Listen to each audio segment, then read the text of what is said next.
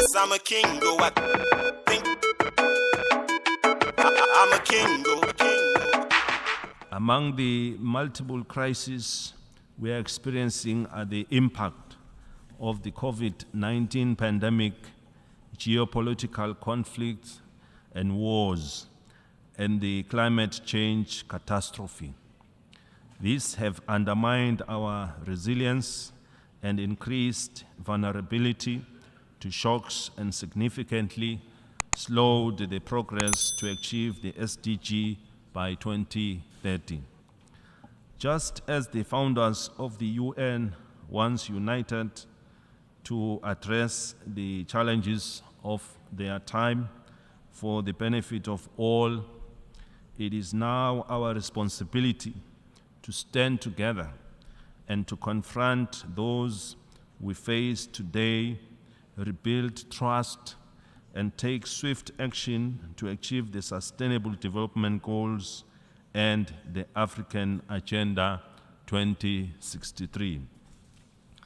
Of great concern are the conflicts around the world, the coups and the unconstitutional change of governments in several African states, which are negating the gains towards attaining our AU goals. We have also witnessed natural disasters in the form of floods and earthquakes that have claimed thousands of lives in Libya and Morocco, among others. We wish to extend our sympathies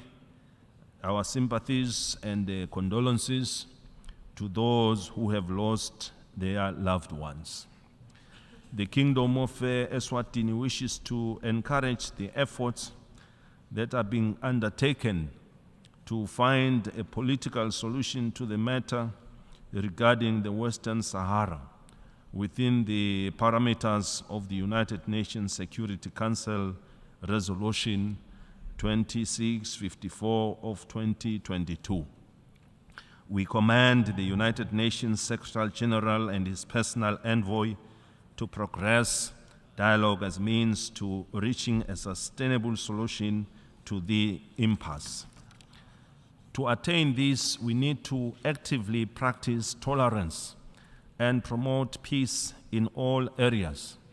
We owe it to ourselves to reignite global solidarity to achieve economic and social advancement for all our peoples.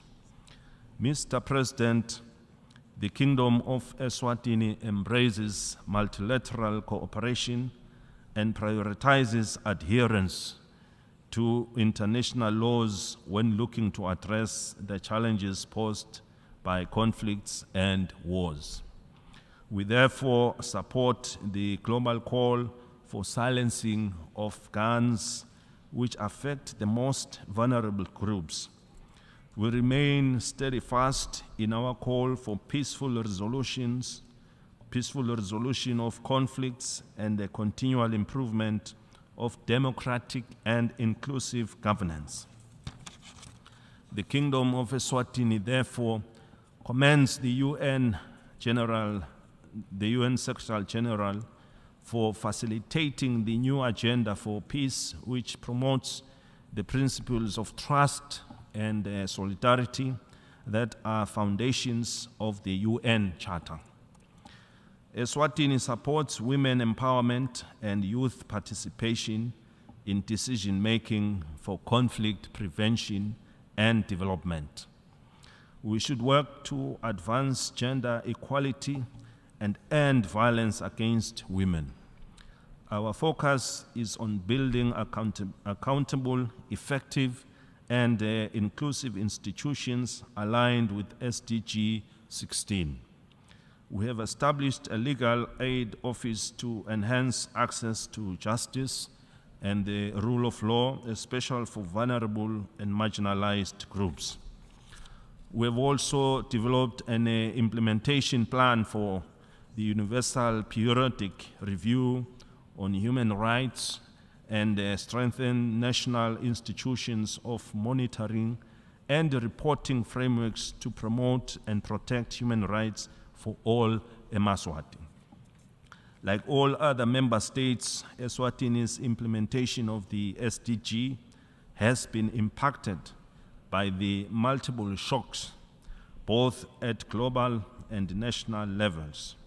Notwithstanding these challenges, as a country, we remain steadfast in our commitment to achieve these targets. We have been ranked top 5 by the World Bank for our growing economy, with our GDP growth at about 7.8%. We attained the second greatest manufacturing value added per capita country and are placed 6th on the 2022 Africa Industrialization Index. Furthermore, we have been ranked number 9 amongst the 10 African countries with the highest GDP per capita. We will not rest on our laurels, but work much harder as we look to improve our economy.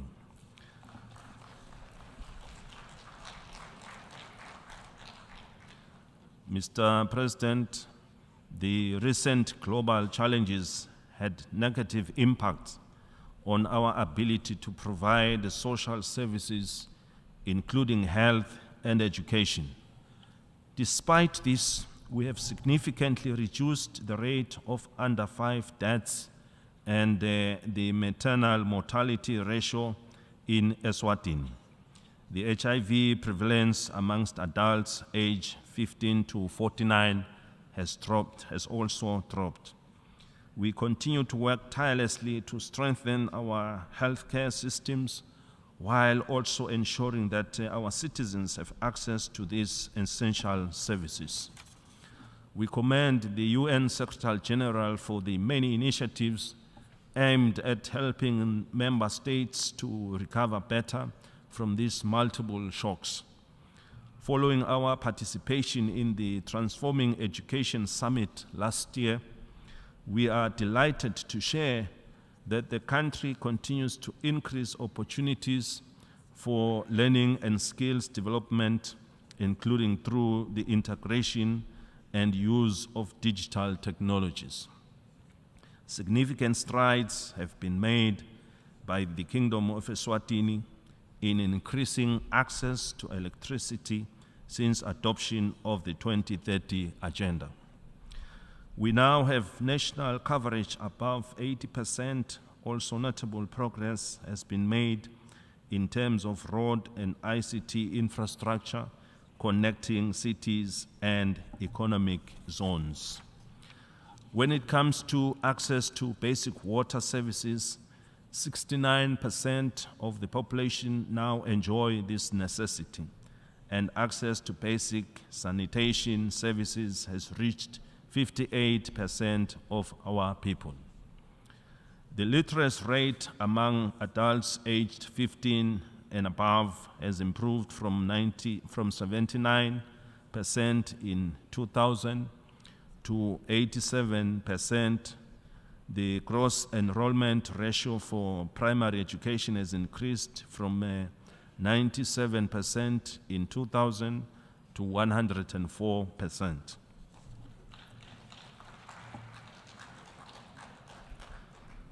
In the lead up to the SDG summit this week, the Kingdom of Eswatini undertook a series of consultations in each region, seeking the views of the people regarding how best to accelerate the attainment of the SDGs. As a result, the Kingdom has prioritized investments in key areas in the remaining 7 years. We want to create decent jobs and employment opportunities for everyone, especially the youth. We want to improve water and sanitation for all. We are convinced that this will help secure maximum progress across all 17 SDGs. Mr. President, Eswatini has continued to cherish her homegrown and unique model of a people-driven democratic governance. Like many other democracies, Our constitution recognizes the role of the monarchy as well as a bicameral parliament, separation of powers, fundamental human rights, and the rule of law. It takes into account our rich cultural heritage and traditional African values in that it is grounded in respect, consensus, and community support through traditional structures. It is a monarchical democracy. Our system is based on individual merit, where candidates are nominated from their communities to stand for elections in constituencies which we call Dingundla, to which they are accountable. The electorate expects members of parliament to meet as colleagues rather than combatants, to look for consensus as opposed to partisanship, and to balance the interests of their constituencies with those of the nation. In terms of our democratic dispensation, elections are a constitutional imperative and are held every 5 years. Eswatini is in the middle of our electoral cycle in a bid to elect the 12th parliament. In this regard, a voter registration exercise was conducted, which returned over 95% registered against an eligible population. This was a resounding success and a ringing endorsement of the support for the system of government. As we speak, the nomination process has been completed. Primary elections were held on the 26th August 2023, and our secondary elections will be taking place 29th September 2023. We are looking forward to a Mswati expressing their desires through the ballot box. Sibaya remains one of our highest institutions where a Mswati dialogue and play their part in determining the future they want. It is an inclusive forum where citizens, irrespective of gender and social status, discuss issues of national interest.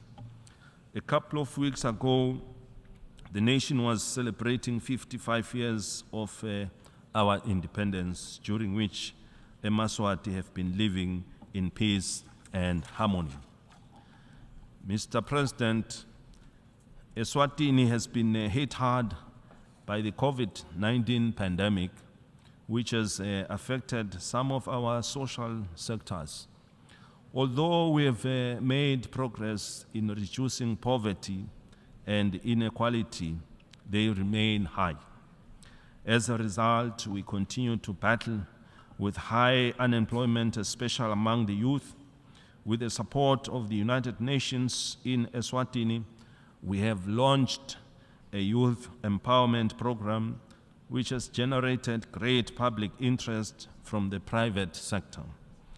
We hope to enroll at least 4,000 young people into the program to increase their chances of employment, help them start their own businesses, and with access to finance. The European Union has also pledged to support youth empowerment initiatives to mitigate the unemployment situation. Eswatini is highly dependent on external sources of income, such as regional trade, remittances, and transfers from the Southern African Customs Union. We continue to implement structural reforms to improve our business environment, diversify our economy, and foster inclusive growth. We have recently launched our national implementation strategy for the Africa Continental Free Trade Agreement. 2 days ago, on the sidelines of the United Nations General Assembly. We had a resource mobilization session to introduce the Africa Strategic Investment Alliance. This will support the program of the AE Trade, which seeks to create a digital marketing platform for all African countries to promote trading through technologies. We are also looking at the advanced countries to share their experiences so that Africa will not be left behind. We urge member states and financial institutions to support the AE Trade initiative. We wish to commend the private sector that participated at this forum and further committed itself to pledges towards this noble objective. This will help us take full advantage of the opportunities for intra-Africa trade, increase national productivity, and promote regional integration in the world's largest free trade area that connects 1.3 billion people across 55 countries with a combined gross domestic product valued at 3.4 trillion US dollars. Eswatini is embracing the leave no one behind principle, which is the central promise of the 2030 Agenda for Sustainable Development and its goals. As we work towards achieving these targets, it is crucial to re-evaluate the global financial architecture. We must address interest rates in a way that is fair and beneficial for both the least and developing nations. This will ensure eradication of poverty in all its forms and improved living conditions for the poorest of the poor. Sustaining the SDG will require that member states develop innovative financing strategies to ensure that implementation reaches the most left behind. At this critical juncture, including Taiwan is an essential next step if we are to successfully achieve the 2030 Agenda for the Sustainable Development. We call for Taiwan's inclusion in the United Nations system, which encompasses participation in meetings, mechanisms, and activities that pertain to the implementation of the Sustainable Development Goals. This would not only strengthen global cooperation and partnership, but also emphasize the principle of ensuring that no one is left behind. In conclusion, Mr. President, the remaining 7 years, Eswatini will continue to prioritize the implementation of the SDGs and ensure that they remain the core agenda behind our development. We are optimistic that a wide range of actors will be mobilized and that capacities will be strengthened to ensure achievement of the goals by 2030. The SDGs will continue to be a guiding light that shapes national policies, budgets, institutions, governments, and sector strategies. The Kingdom stands with the rest of the world in committing to accelerating progress in the implementation of the UN targets in the remaining 7 years. The year 2030, the year 2023 is a turning point for the country as we hope to break through to a better future for all. Mr. President, let me take this opportunity to wish you all successful deliberations. I thank you. May Almighty God bless us all. Siyabonga.